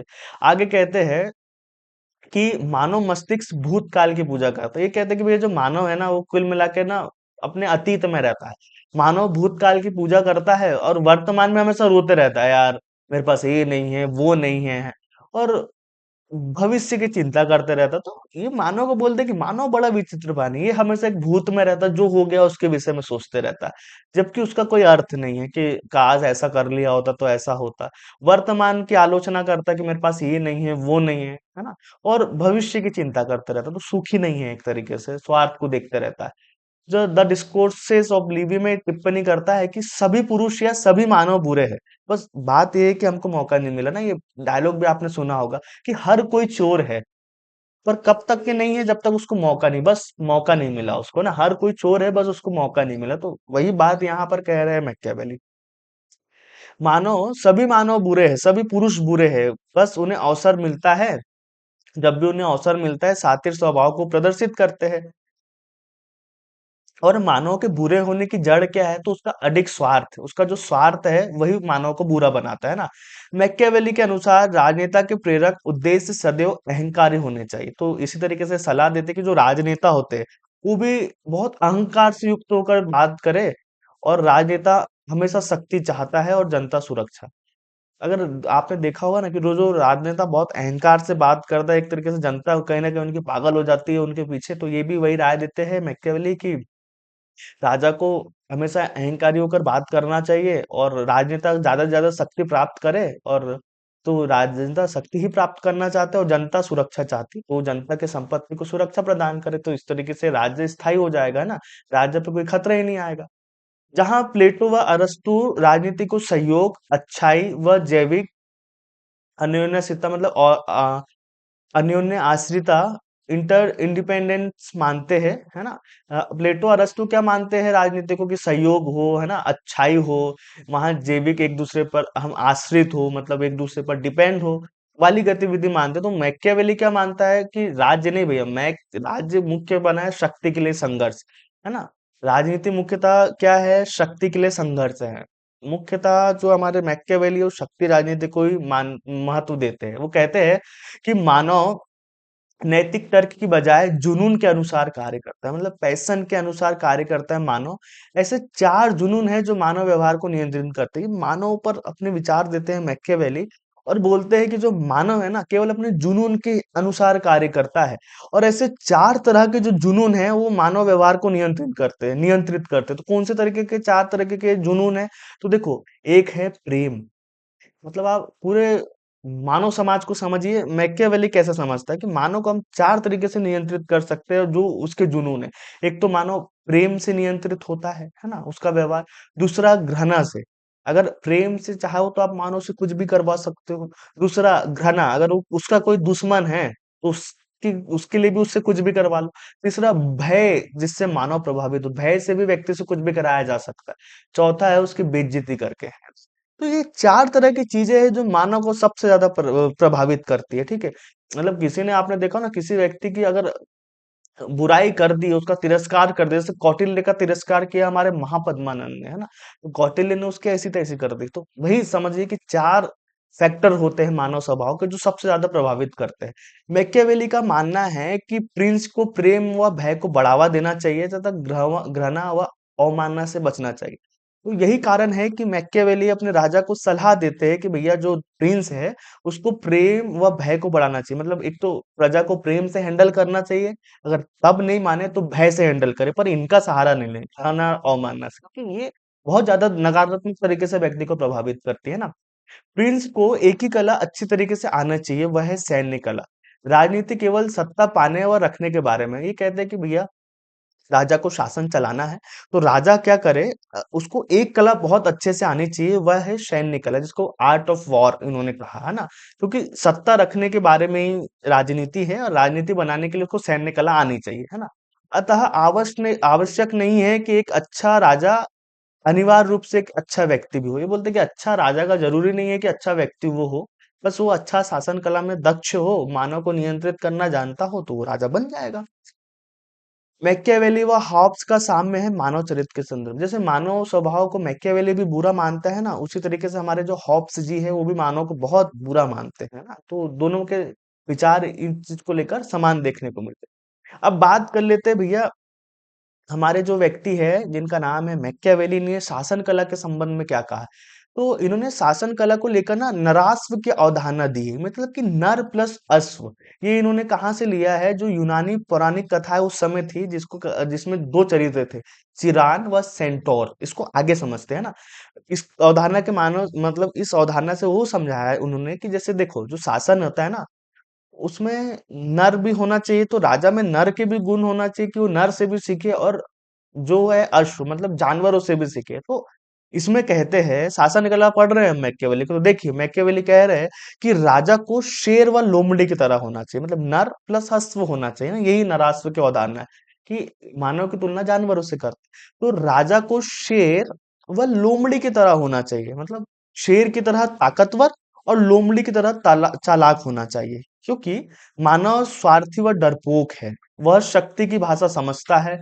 राजा को लोमड़ी की तरह होना चाहिए, उसे अपने वास्तविक प्रयोजनों प्रवृत्तियों को मिथ्याचार द्वारा छिपा कर रखना चाहिए। उसे ठंडे दिमाग वाला स्वार्थी व अवसरवादी होना चाहिए। देखो आप चला के समझ लीजिए, मेन जो हमारे मैकियावेली की राजनीति है ना, वो यही है। तो वो कहते हैं कि राजा को शेर की तरह ताकतवर होना चाहिए और लोमड़ी की तरह शातिर भी होना चाहिए, क्योंकि ये मानव जो है ना, ये शक्ति की भाषा समझता है। मानव डरपोक है, स्वार्थी है, तो इसको शक्ति से ही कंट्रोल कर सकते हैं ना।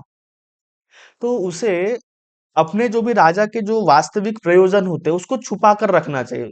जरूरत पड़ने पर झूठ का सहारा लेना चाहिए, और जब भी अवसर मिले शक्ति का प्रयोग करना चाहिए इनको कंट्रोल करने के लिए, अंतिम विकल्प के रूप में, पर बिल्कुल करना चाहिए। बहुत ताकत से शक्ति का प्रयोग करना चाहिए, जब भी अवसर मिले शक्ति का बहुत ताकत से उपयोग करे, है ना। राजा का मूल राजनीति का मूल है शक्ति अर्जन करना, मतलब मुख्य जोर जो दिया है शासन कला पे मैकियावेली ने, वो है शक्ति अर्जन। शक्ति के लिए कुछ भी किया जाए, है ना। राजनीति अर्थात जिसकी लाठी उसकी भैंस, मतलब माइट इज राथ, मतलब जिसके पास शक्ति है समझ लीजिए उसी का शासन है। राजनीति में नैतिकता के सिद्धांत बिल्कुल मतलब राजनीति में ना मैकियावेली नैतिकता को बिल्कुल महत्व नहीं देता। वो मानते हैं कि राजनीति में शासक का एकमात्र कार्य यह है कि वह अधिक से अधिक शक्ति का प्रयोग करे और उसे बनाए रखे। मतलब शासन कला पे मुख्यतः मैकियावेली का विचार ये है कि कैसे आप ज्यादा से ज्यादा शक्ति अर्जित करो, जब भी आपको मौका मिले शेर की तरह ताकत का उपयोग करो और जरूरत पड़े तो चालाकी करो। राजा को धार्मिक नहीं होना चाहिए, है ना। धार्मिक नहीं हो राजा, धार्मिक नहीं होना चाहिए, नहीं हो राजा, दिखावा करे, दिखावा करे, है ना। ये देखो, ये धर्म का विरोधी नहीं है मैकियावेली, धर्म विरोधी नहीं है ना, किसका विरोधी, चर्च विरोधी है। पर राजा को धार्मिक नहीं होना चाहिए बल्कि धार्मिक होने का दिखावा करना चाहिए, है ना। ये राजा को बिल्कुल नैतिकता से अलग मानते हैं ना, एक नैतिकता होती है, तो इनका जो राजा है ये ध्यान रखिए, नैतिकता से अलग, मतलब राजा पे किसी तरीके की कोई नैतिकता लागू नहीं होती, नैतिकता से अलग, नैतिकता लागू नहीं राजा पे होती। एक होता है मॉरल, मतलब नैतिक। तो ये बहुत महत्वपूर्ण बिंदु है कि राजा बोलता है, मैकियावेली बोलते हैं कि जो राजा है वो कुछ भी कर सकता है, राजा पे कोई नैतिकता लागू नहीं होती, वो धर्म को माने नहीं माने ये सब फालतू बात है। इन्होंने जो इनके राजा है उसको कहा इमोरल। क्या कहा है, ये मॉरल, मतलब कि राजा जो है वो नैतिकता से तटस्थ है। कैसा है, नैतिकता से तटस्थ है, तटस्थ है, मतलब राजा पे किसी तरह की कोई नैतिकता लागू नहीं होती। तो ये पूछा जाता है कि जो मैकियावेली का जो राजा है वो कैसा है, ए मॉरल है, मतलब नैतिकता से तटस्थ है, राजा पे किसी तरह की कोई भी प्रकार की नैतिकता लागू नहीं होती, है ना। नैतिकता जैसे हम देख रहे हैं, तो मानना है कि सत्ता और शक्ति में अंतर करने का कोई अर्थ नहीं है, कि सत्ता और शक्ति में कोई अंतर नहीं है। जो हमारे मैकियावेली वो सत्ता और शक्ति को एक ही मान रहे हैं, क्योंकि सत्ता का मुख्य उद्देश्य क्या है, शक्ति अर्जित करना, है ना। तो जिसके पास शक्ति है उसी के पास सत्ता होगी, मतलब जिसके पास लाठी है, जिसके पास शक्ति है उसी की सत्ता होगी, तो जिसकी लाठी भैया उसकी उसी की भैंस। तो इसीलिए राजा अधिक से अधिक शक्ति प्राप्त करे, वरना उसके पास सत्ता रह ही नहीं जाएगी भैया। तो यही मैकियावेली जोर देते हैं राजा पे कि राजा ज्यादा से ज्यादा शक्ति अर्जित करे, है ना। साध्य ही साधनों का औचित्य सिद्ध करते हैं, साम दाम दंड भेद राजनीति में सब स्वीकार, मतलब जो जो भी मुख्य उद्देश्य है राज्य को शक्ति प्राप्त करना, तो कुछ भी साधन अपनाए राजा, है ना। साम दाम दंड भेद जो लगे वो अपनाए, कोई कानून राजा पे लागू, किसी की परवाह नहीं करना है, शक्तिशाली बनना है, जो राज्य के लिए जरूरी है वो करना है ना। नेसेसिटी नो नो लॉ, एक आदर्श राजा को नैतिकता युक्त तानाशाह होना चाहिए, मतलब राजा पे कोई नैतिकता लागू नहीं होती, जो उसको बोलता है नेसेसिटी नोस नो लॉ, जरूरत के हिसाब से राजा पे कोई नियम कानून लागू नहीं होते, उसको जो लगता है राज्य की सुरक्षा के लिए, शक्ति के लिए, राज्य को मजबूत बनाने के लिए राजा को सब करना चाहिए, है ना। मैकियावेली का मुख्य उद्देश्य था राज्य की सुरक्षा, मतलब राज्य की कैसे सुरक्षा करे, इसके लिए वो भाड़े की सेना को खतरनाक मानता था। ये ध्यान रखिए, मैकियावेली ने स्थायी सेना की बात की है ना। ये राज्य की सुरक्षा सबसे महत्वपूर्ण थी, है ना, राज्य के लिए। तो ये मानता है भैया भाड़े की सुरक्षा नहीं होना, ये किसकी बात करते हैं, स्थायी सेना की बात करते हैं, है ना। स्थायी सेना होनी चाहिए राज्य की सुरक्षा के लिए, तभी राज्य स्थिर हो सकता है, और इनको वेतन दिया जाए, स्थायी वेतन दिया जाए, है ना। वेतन की भी ये बात करते हैं मैकियावेली जी। नैतिकता को दो प्रकार की बताया इन्होंने, एक प्राइवेट और पब्लिक मॉरलिटी, प्राइवेट नैतिकता और पब्लिक नैतिकता, मतलब कि व्यक्तिगत नैतिकता और जन नैतिकता। एक तो व्यक्ति की खुद की नैतिकता होती है, दूसरी क्या होती है, जन, जो सभी की एक समान होती है। और राजा पे कोई नैतिकता लागू नहीं होती, राजा गैर नैतिक होता है ना, जैसे मैंने बताया नैतिकता से तटस्थ होता है राजा। जनता की नजर में वो ऐसा दिखाए कि वो नैतिक है और धार्मिक है, पर इन सब से बहुत व्यवहार में दूर होना चाहिए, है ना। राज्य की कोई राज्य की अपनी कोई नैतिक आचरण, मतलब राज्य के लिए कोई किसी तरह की कोई संहिता नहीं है कि ऐसा नैतिक आचरण करेगा, कुछ नहीं करेगा, नैतिकता के प्रति उदासीन है ना। शासन न सिर्फ कानून बल्कि नैतिकता से ऊपर होता है मैकियावेली, है ना, जैसे ए मॉरल कहा है इन्होंने, शासक पर किसी तरह की कोई नैतिकता लागू नहीं होती है ना। अब हम समझ लेते हैं जो चिरौन है और सेंटोर के विचार क्या है ना, या इनको सद्गुण कहा जाता है, इसको थोड़ा सा समझिए। मैकियावेली अपनी जो चिंतन है इसमें विभिन्न धारणाओं का प्रयोग करता है, जिसमें से, है ना, जो चिरौन और सेंटोस की धारणा है, कहीं ना कहीं ये भी केंद्र में है इनके चिंतन में। वह अपनी रचनाओं में बार बार इन शब्द का प्रयोग करता है, चिरौन और सेंटोर। तो क्या है भैया, तो देखिए, मैकियावेली का जो वर्चू है, ये वर्चू सद्गुण की बात करते हैं, है ना। तो सेंटोर को सद्गुण कहा जाता है। तो क्या कहते हैं, जैसे प्लेटो अरस्तु वाला इनका सद्गुण नहीं है, इनका सद्गुण प्लेटो और अरस्तु से अलग है। प्लेटो का सद्गुण क्या था कि नैतिकता और अच्छाई, मतलब नैतिक होना चाहिए, अच्छाई होना चाहिए दार्शनिक शासक को, है ना, इस तरह की बात करते हैं प्लेटो।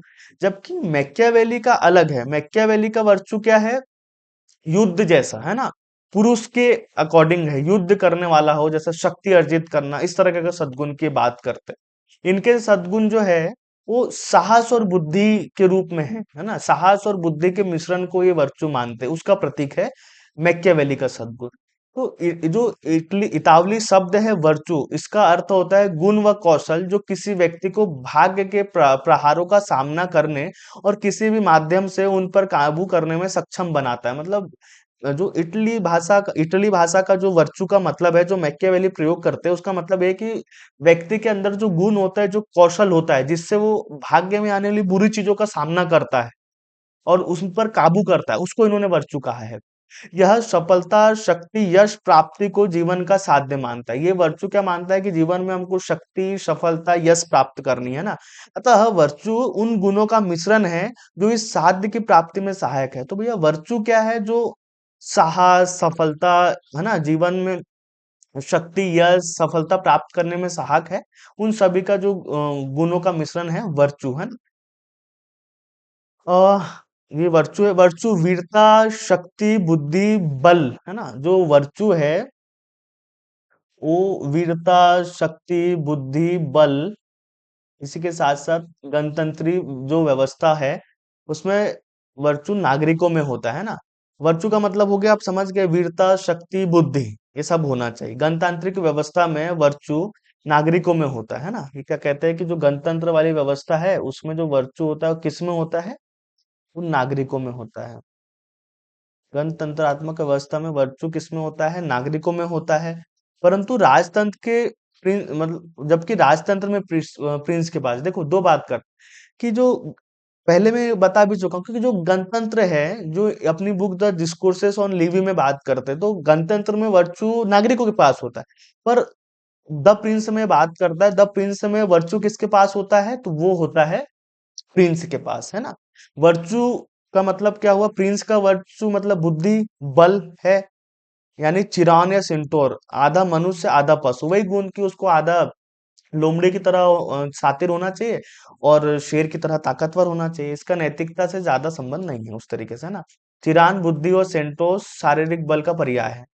तो वर्चू, बल जो गणतंत्री व्यवस्था में है, वो नागरिकों में होता है। द प्रिंस में वर्चू प्रिंस के पास में होता है। तो चिरान और सेंटोर जो है किसका है, ये आधे नर और मनुष्य का प्रतीक है। चिरान बुद्धि व बल का प्रतीक है। यहाँ चिरान जो शब्द हम पढ़ रहे हैं इसका मतलब है जो बुद्धि और बल होता है उसको चिरान बोला है। और सेंटोर का मतलब है शारीरिक बल। तो जो जो चिरान और सेंटोर है, ये आधा पशु और जो मानवता है दोनों का मिक्सर है। कि मनुष्य में जो लोमड़ी और शेर के भी गुण होना चाहिए, इसी के साथ जो थोड़े से गुण मानव के भी होना चाहिए, तो उन्हीं को इन्होंने क्या नाम दिया है हमारे मैकियावेली ने, चिरान और सेंटोर का, है ना। इसे शेर और लोमड़ी की भाषा से भी समझा जा सकता है। शेर फंदे से अपनी रक्षा नहीं कर पाता, तो इसे लोमड़ी और शेर के उदाहरण से कैसे समझते हैं कि तो राजा को शेर की तरह ताकतवर होना चाहिए। पर आप देखिए क्या, अगर शिकारी फंदा लगा के रखते तो शेर में इतनी बुद्धि नहीं होती कि अपने आप को फंदा से बचा सके। जबकि लोमड़ी भेड़ियों से नहीं बच पाती। लोमड़ी चालाक तो होती, वो फंदों से बच जाएगी, पर लोमड़ी क्या है कि वो भेड़ियों से नहीं बच पाती। भेड़िए ज्यादा ताकतवर होते और चालाक भी होते, है ना। तो प्रिंस को फंदे से निकालने के लिए लोमड़ी, तो प्रिंस किस तरीके से जो दुश्मनों के फंदे से बचा रहा है, तो उसको लोमड़ी की तरह चालाक होना चाहिए।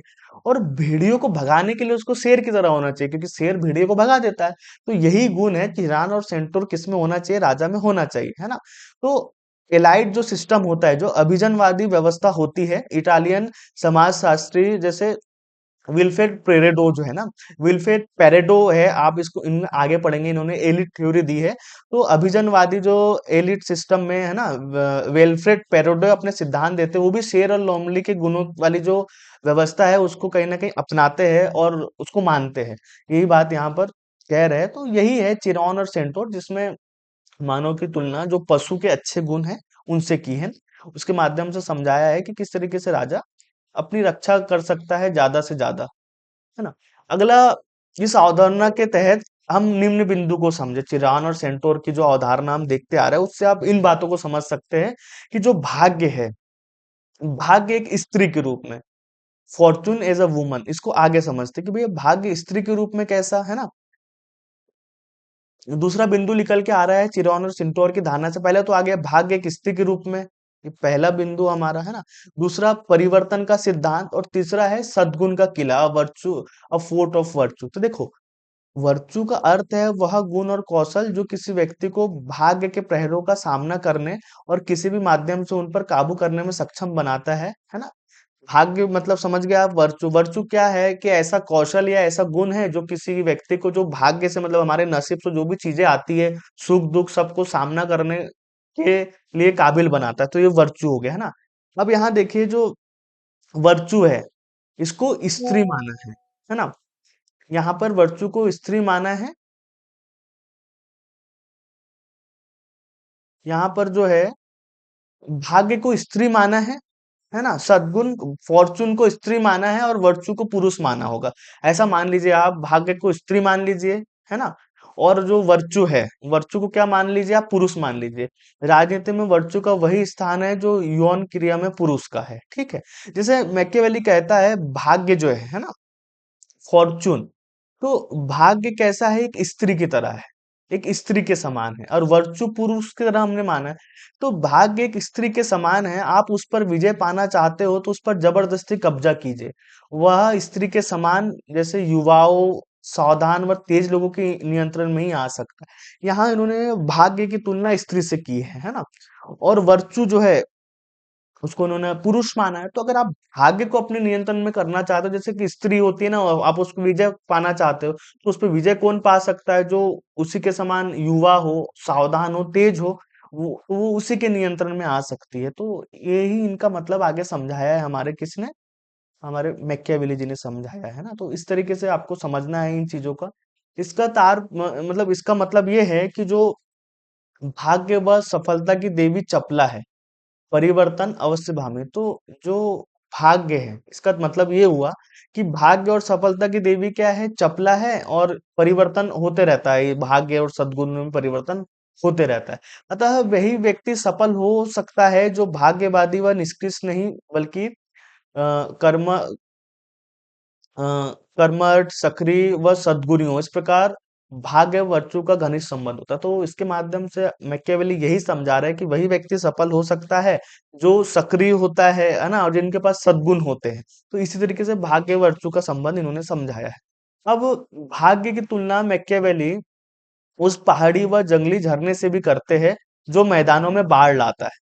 भाग्यवादी व्यक्ति हर वर्ष इसे ईश्वरीय प्रकोप मानकर सहते रहता है, जबकि वर्चू वाले जो कर्मठ लोग होते हैं, व्यक्ति इस पर बांध बनाकर इसे रोक लेते हैं। अर्थात सद्गुण का किला आपको सफल, यशस्वी और सम्मानी बनाता है। देखो यहाँ सद्गुण का किला कहा।